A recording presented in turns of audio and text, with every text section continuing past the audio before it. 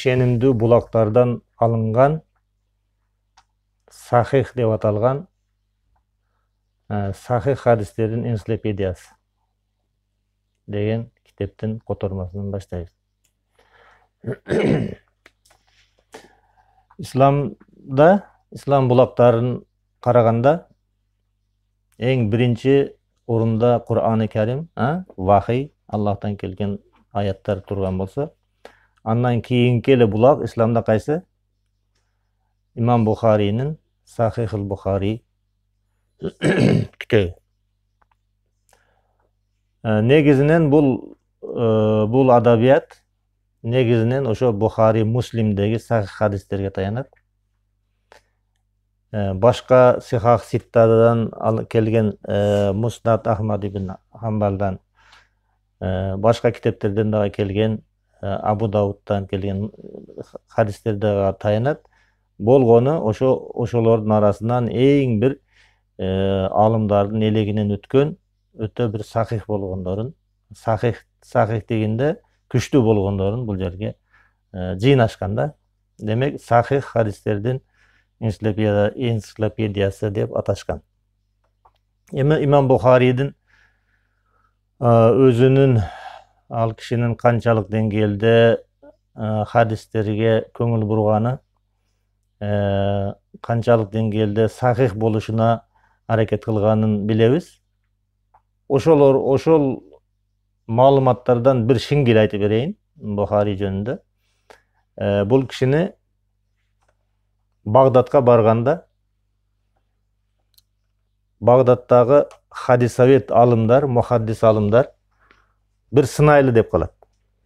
Имам Бухари келиптир, бир сынайлы ушу кишини дейт дагы, ушундай бир чогулушка чакырат. Чогулушта бүт бардыгы өзүнүн доорунун мухаддис алымдары, хадис боюнча чоң илимпоздор.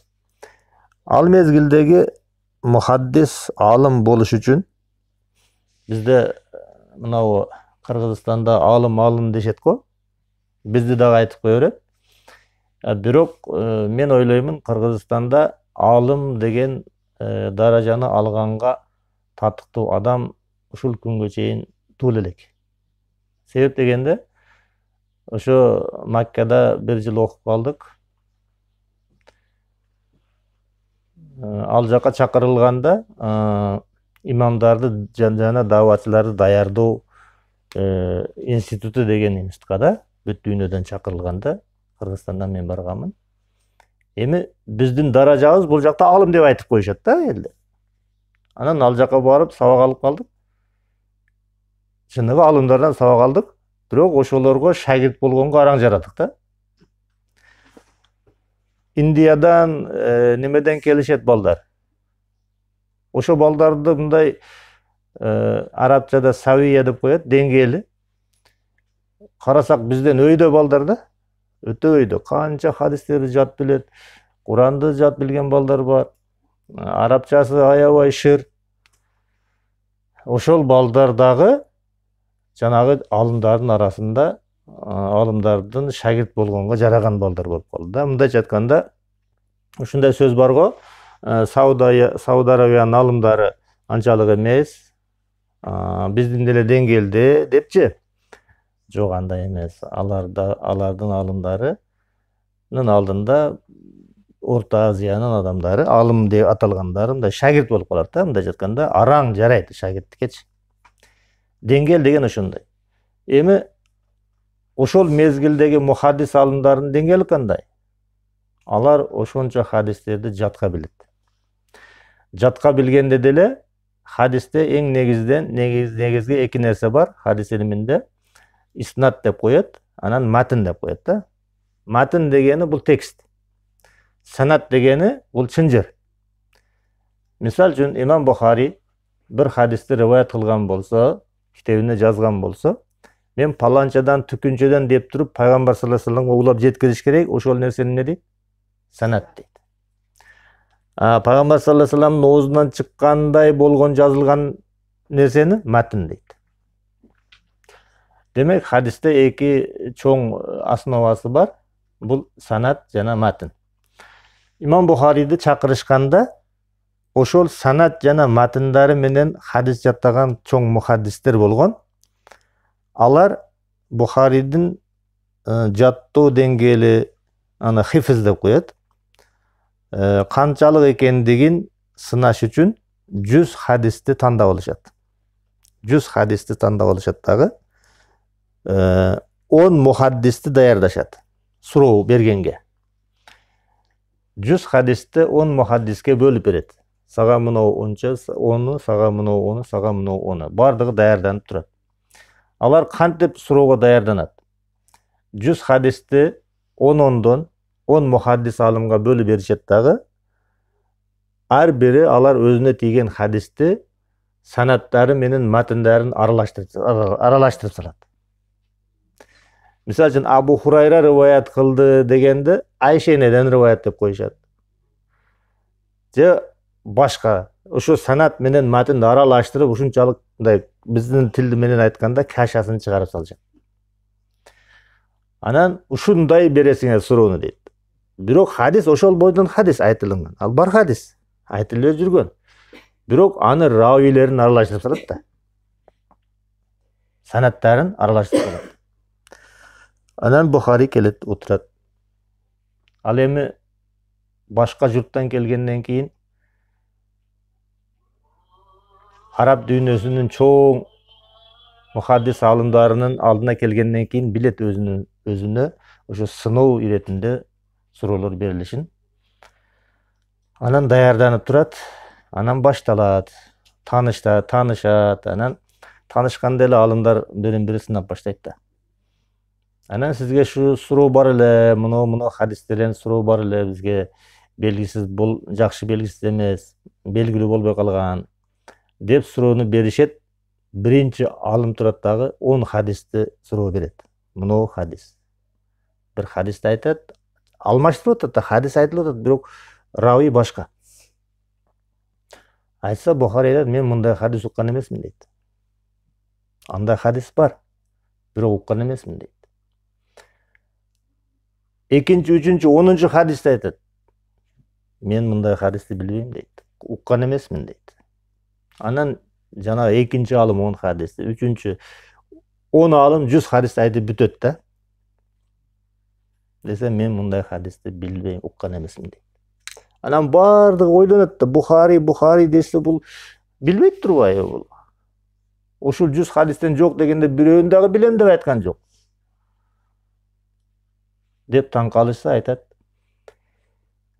Ошо биринчи алымдан баштайт. Сиз айткан хадис ошо матынды туура айттыңыз.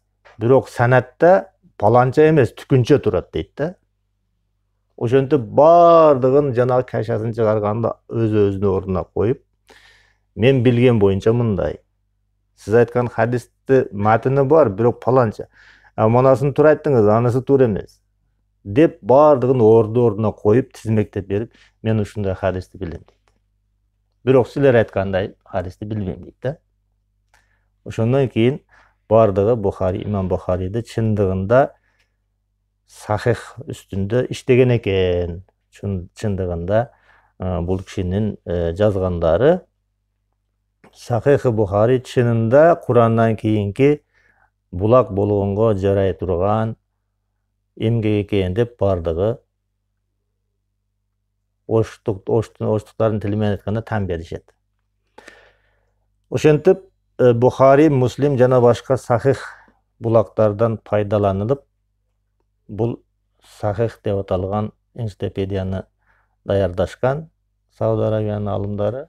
Ошонун бизге жиберилип аткандыгын биз сабак кылып эле дагы кошумчалап эме кылып атабыз. Биринчи сабагыбыз бүгүн ажылык жөнүндө. Ажылык күнөөлөр үчүн каффарат. Каффарат дегени кечирип жиберет деген сөз да. Ан Аби Хурайрата, бисмиллахир-рахманир-рахим. Ан Аби Хурайрата радıyallahu anhu marfu'an Man hajja falam yarfus ve lam yafsuk raja'a keyevmi veladathu ummuhu. Abu Hurayra radıyallahu anhudan marfu'an rivayet et. Marfu'an degeni bul kötörülgön degen söz. көтерілген дегені ошол Абу Хурайра риваят кылган болса, бул өзү Бухари, Муслимде келген хадис. Мисалы үчүн Муслим паланчадан түкүнчөдөн деп туруп Абу Хурайрага көтөрүлүп барып, Абу Хурайра ким? Пайгамбар саллаллаху алейхи вассаламдын өзүнүн шагирти. Мына марфуан дегени көтөрүлүп барган деген сөз. Бу сахих деген маанини билдирет. Абу Хурайра разияллаху анхудан марфуан хадис айтты Пайгамбар саллаллаху алейхи вассалам: "Ман хаджа фалам ярфус фалам ярфас фалам яфсук." Ажыга барган болсо, ажысында ихрамды байлагандан кийин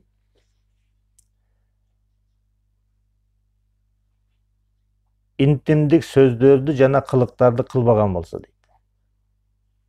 Рафис деген сөз, ага дагы токтолобуз. Ушундай сөздөр, анан ошол уят сөздөр деп коебуз го биз. Анан тийишкен сөздөр, биздин кыргыздарда тийише берет го.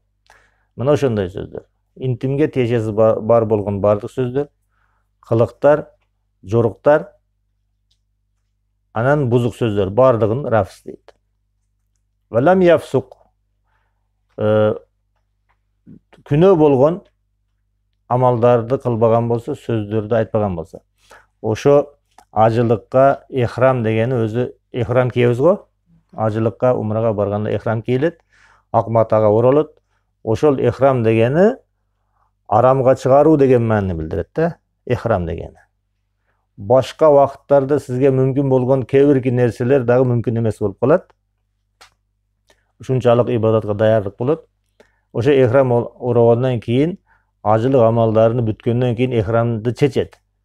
Ошо орогондон чечкенге чейинки вакыт бул жерде эсепке алынат. Ким ажыга барган болсо, ихрамга киргенден кийин аны чечкенге чейин азыркы биз айтып өткөн нерселерди жасабаган болсо, ошол киши ошондой ажылыкты аткарып үйүнө келгенде ражаа каяума валадатху уммуху, энесинен төрөлгөн күндөгүдөй күнөөсүз болуп калат дейт. Ошондой ажылыкты кылып кайтып келсе, энесинен төрөлгөндөй. Кимде ким интим сөз жана амалдардан жана ар кандай күнөөлөрдөн сак болгон абалда ажылык ибадатын аткарган болсо, мен матинди окуп атам.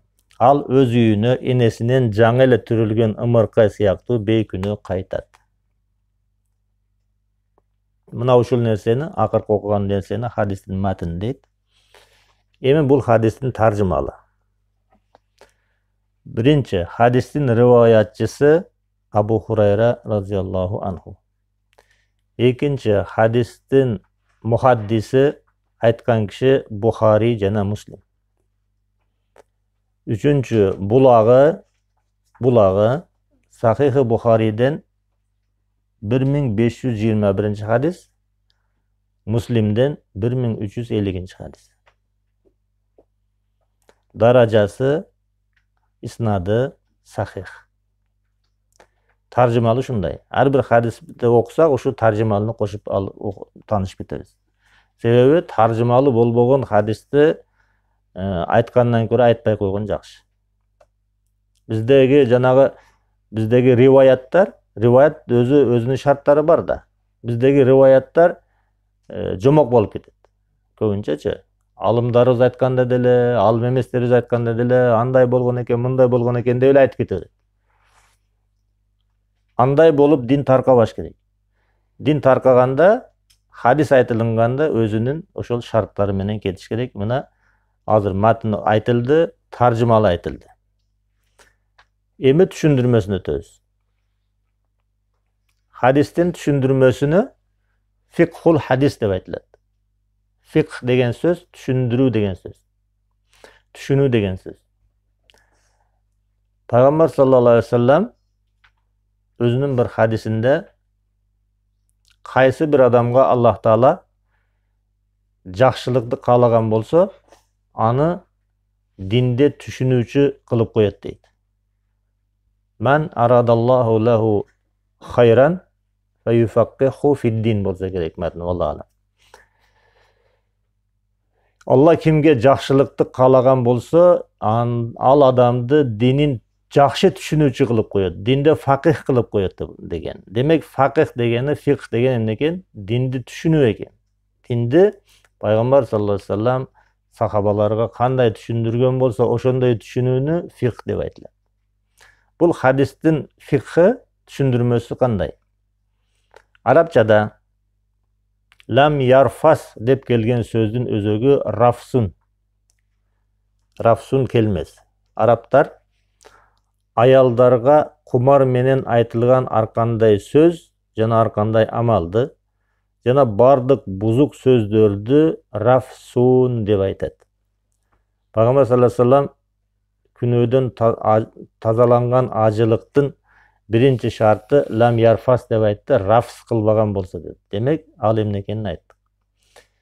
Ихрам байлап ажылык амалын аткарып жүргөн адамдар, эгер ажылык амалы кабыл болушун жана ушул хадисте айтылганы сыяктуу күнөөлөрүнөн тазарып кайтууну кааласа,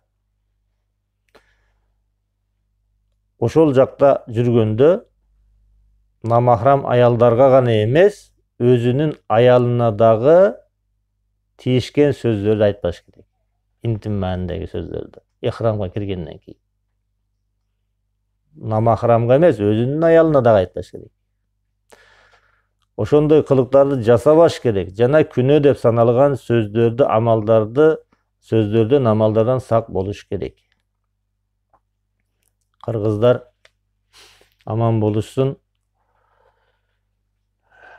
Ушул аялдарга тиешүү деген маселеде өттө бизде тизгин деген нерсе жок. Бизде чегара деген нерсе жок. Махрам, намахрам деген нерсе жок.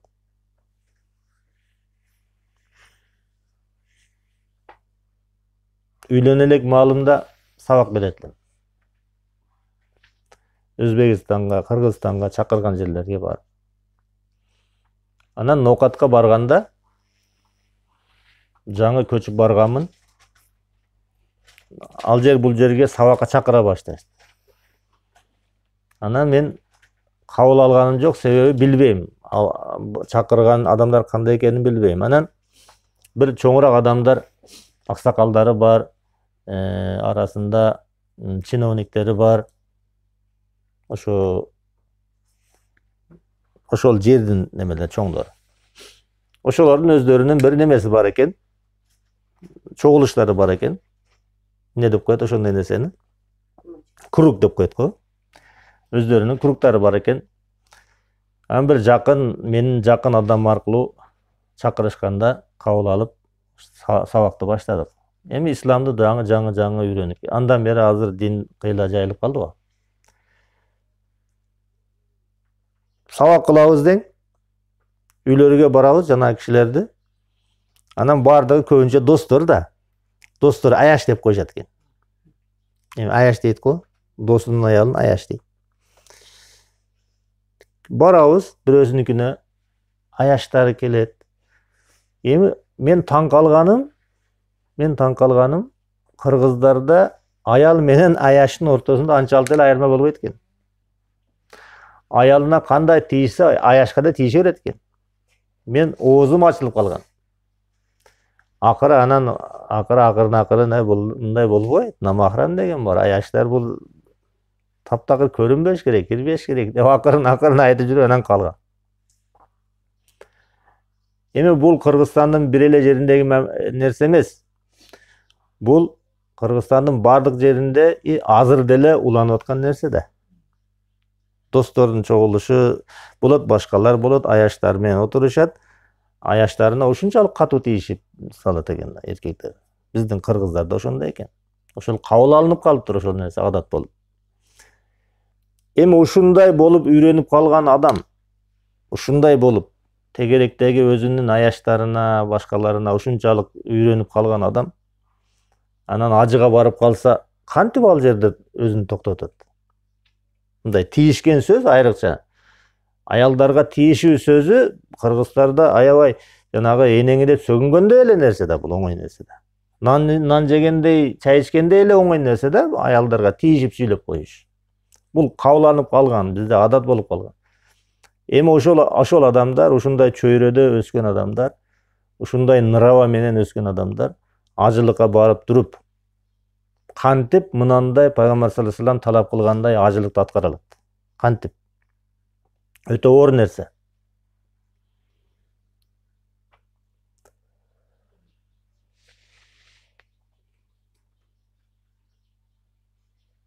Башка аялдарга гана эмес, өзүнүн аялына дагы тийишкен сөздөрдү айтпаш керек, жанагы ихрамдагы ажы. Ошондой кылыктарды жасабаш керек. Башка күнөө сөздөрдөн, амалдардан сак болуш керек. Ошондой ажылыкты аткарып келгенде гана Пайгамбар саллаллаху алейхи вассалам айткан, энесинен жаңы эле туулган баладай бейкүнөө болуп калат. Бул хадис пайгамбардын бул хадиси Аллах Тааланын аятына тафсир сыяктуу болуп калган. Аллах Таала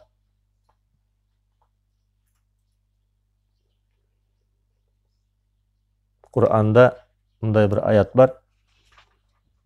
Estağfirullah. El-haccu eşhurun ma'lumat.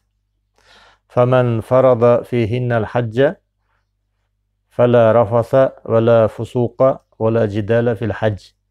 Acılık belgili aylarda ötөт. Kim oşol aylarda özüne acılık ibadatını parız kılsa, bul degeni ihram baylasa, hacda ihramdan çıkkanга çeyin jubayı menen intim мәмілелердің бардығын, сөздердің бардығын жасабайт, бардық күнөөлөрдөн тыйылат, жана жаңжалдан алыс болот деген аятка түшүндүрмө таризинде айтылган хадис.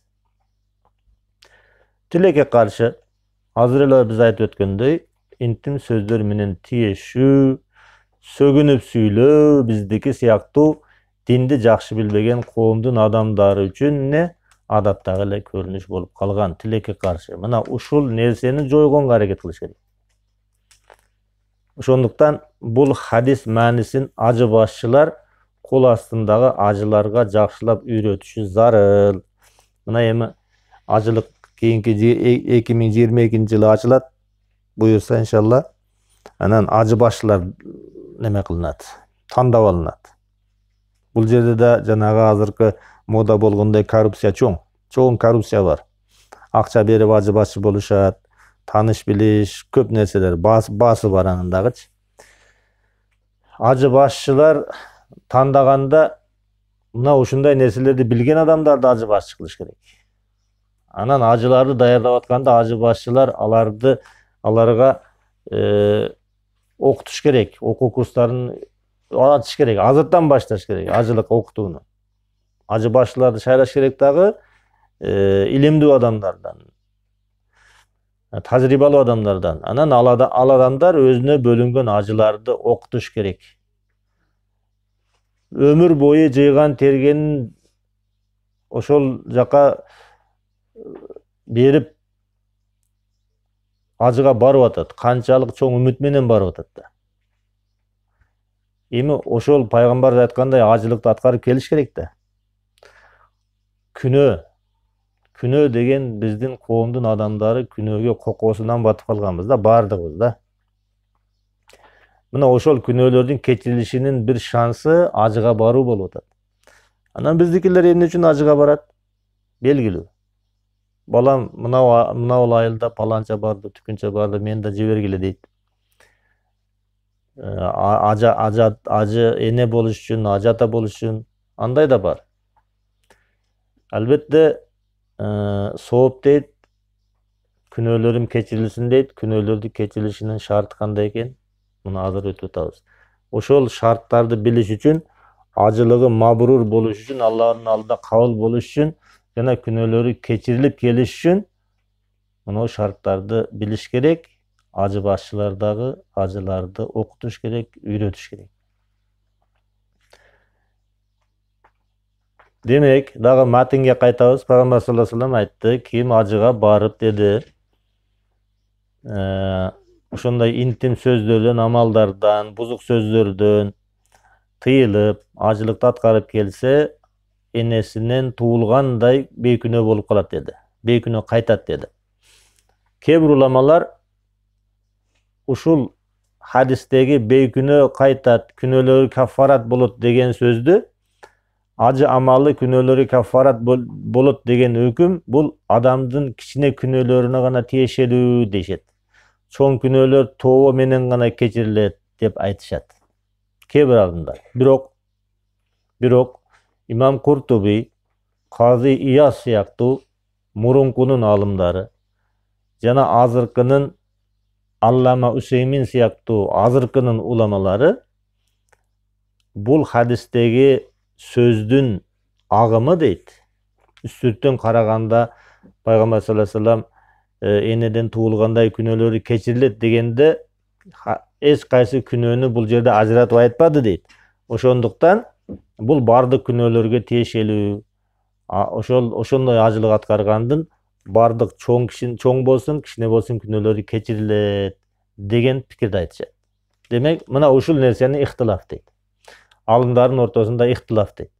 Кээ бир алымдар кичине күнөөлөрү гана кечирилет, чоң күнөөгө тообо кылыш керек десе, азыр айтып өткөн алымдар жок, бул жерде ажыраткан жок пайгамбарыбыз. Кичине күнөөлөр деп ажыраткан жок. Демек, бардык күнөөлөрү кечирилет ошону менен, жанагындай шарттагы ажылык болсо дешет. İmam Termizi буга кошумча иретинде мындай дейт. Бул жердеги күнөө кечирилет дегени Аллага карата жасалган күнөөлөр гана кечирилет. Себеби Аллах кечирет да. Аллах өзүнүн айтканын жасабай койгон күнөөлөрдү, өзүгө тиешелүү болгон күнөөлөрдү кечирет. Бирок дейт İmam Termizi айтат. Пендеге жасалган кыянат, пенденин пендеге жасаган күнөөсү болсо дейт. Бирөөгө зулум кылса, бирөөгө кыянат кылса, бирөөнү алдаган болсо, бирөөнүн акысын жеген болсо, бул сыяктуу күнөөлөрдү кечирилиши жанагы мазлум пендеге тиешелүү дейт. Ошо мазлум пенде кечиргенде гана Аллах кечирет дейт. Эгер ажылык, жанагындай ажылык болсо дагы, анын күнөөлөрү Алла өзүнө тиешелүү күнөөлөрүн кечирет, бирок пендеге тиешелүү болгон күнөөлөр болсо, ошол пенде кечиргенде гана кечирет деп İmam Termizi ушул сөздү кошумча кылат. Эми бул хадистен кандай пайдаларды алабыз? Биринчи алган пайдабыз ажылык ибадаты пенденин нафсин жаман кулк мүнөздөрдөн тазалайт. Ажым кабыл болсун, менин күнөөлөрүм кечирилсин деген адам жанагы пайгамбарыбыз эскерткен нерселерден тыйылуу менен тыйылып жүрүп, ошо ихрам мезгилинде ошого адаттанып жүрүп, өзүнү жаман кулк мүнөздөрүнөн тазалайт. Биринчи пайдасы. Дагы бир пайдасы, ажылык амалы эгер талаптагыдай аткарылган болсо, адамдын күнөөлөрүнө каффарат болот. Күнөөлөрү кечирилет деген сөз. Анын өткөндөгү күнөөлөрү кечирилет. Адам энеден жаңы гана туулган наристе сыяктуу бейкүнөө болуп калат. Жаман кулк мүнөз ар кайсы жерде, ар кайсы заманда дагы арам. Эмнеге пайгамбар саллаллаху алейхи ва саллям ошол жерде гана ушу жаман кулк мүнөздөрдөн кутулса деп айтты деген суроо туулат да. Бул жерде айтылган нерселер бардык жерде жанагы жаман күнөөлөргө тиешелүү нерселер. Бардык жерде мүмкүн эмес. Ал эми ажылык учуру ажыратып көргөзүлгөндүн себеби бул ибадаттын жана Макка харамынын урматы үчүн. Жана ихрам байланды го. Ихрам эмне үчүн байланат?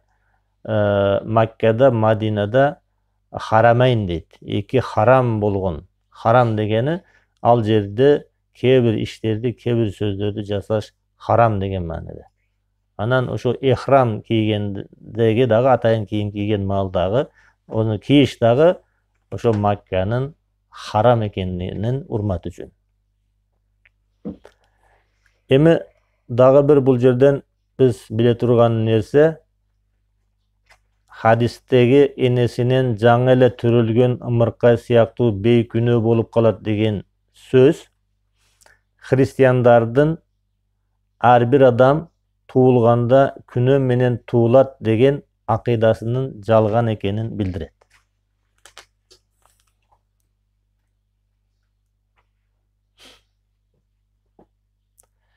Пайгамбар саллаллаху алейхи вассалам өзүнүн бир хадисинде айткан: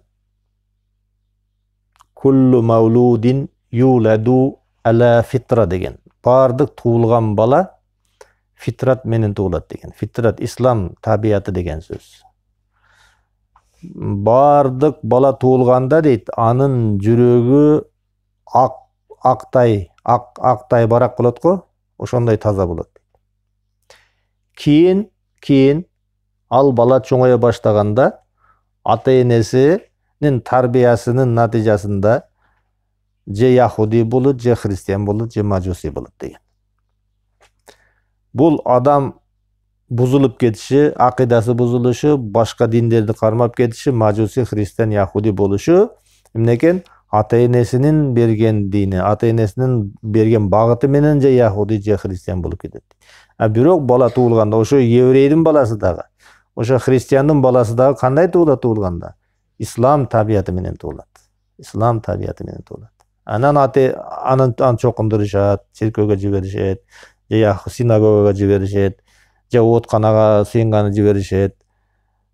Ошентип бала туулгандан кийин анан ал бузулуп кетет. Бирок туулганда кандай экен? Туулганда анда күнөө болбойт. Анын жүрөгү ак кагаздай таза болот. Эми христиандардын акыйдасы кандай? Христиандар айтат: Адам ата менен обо эне шайтанга азгырылып, бейиштеги Алла Таала тыюу салган мөмөнү жеп коюу менен биринчи күнөөнү жасады дейт. Туура. Исламда айтат, ал биринчи күнөөнү жасады. Адам ата менен обо эне жасаган. Бирок христиан булактар айтат, Библияда айтылат, ошо бойдон дейт, ошо бойдон Адам ата менен обо эненин жасаган күнөөсү алардын урпактарына укумдан тукумга чейин уланып келе берет дейт. Алардын канына сиңди дагы дейт. Ошол кан генетикалык таризде күнөө азыркы күнгө чейин уланып келет дагы. Ар бир туулган адам, жер бетиндеги ар бир туулган адам күнөө менен туулат дейт. Биринчи күнөө менен, Адам ата менен обо эненин жасаган күнөөсү менен туулат. Ар бир туулган бала күнөө менен туулат дейт. Христиандар ушундай окутат. Эмне үчүн мындай дейт? Ар бир адам күнөө менен туулат, күнөө менен жашайт. Качан Исаны Кудай деп тааныганда гана, Исаны куткаруучу деп тааныганда гана ошол күнөөдөн тазаланат дейт.